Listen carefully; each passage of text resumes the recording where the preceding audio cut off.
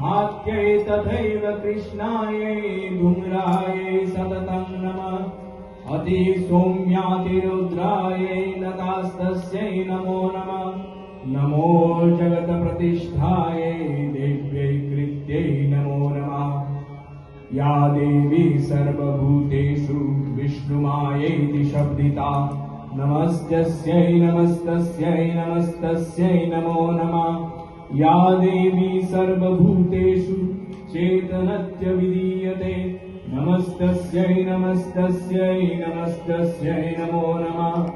या देवी सर्वभूतेषु बुद्धिरूपेण संस्थिता नमस्तस्मै नमस्तस्मै नमस्तस्मै नमो नमः। या देवी सर्वभूतेषु निद्रारूपेण संस्थिता नमस्तस्मै नमस्तस्मै नमस्तस्मै नमो नमः। या देवी सर्वभूतेषु बुधारूपेण संस्थिता नमस्तस्मै नमस्तस्मै नमस्तस्मै नमो नमः।